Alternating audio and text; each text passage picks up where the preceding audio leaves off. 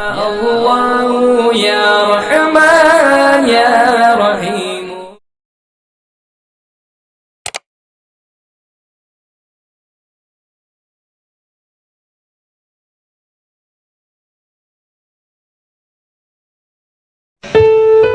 Cuman nu bahayana teh nu bahayana urang kaajak teh ku nafsu wayah jubu nu bakal ngahijab.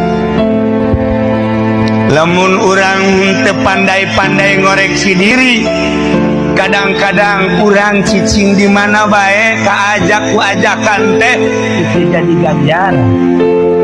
Padahal lamun dikoreksi dek cicing di mana baik, hirup dek di mana baik, bakal numpuk ganjaran jeung ganjaran. Ibadah mah teu kudu ka gunung, ya ibadah mah ka Allah, ya Allah mah lain di gunung. Ibadah mah teu kudu ka leuweung, ya ibadah mah ka Allah, ya Allah mah lain di leuweung. Ibadah mah teu kudu ka pondok pesantren, ya Allah mah lain di pondok pesantren di mana bae ge aya. Ibadah mah teu kudu di majelis talim, teu kudu di masjid, teu kudu di mana bae.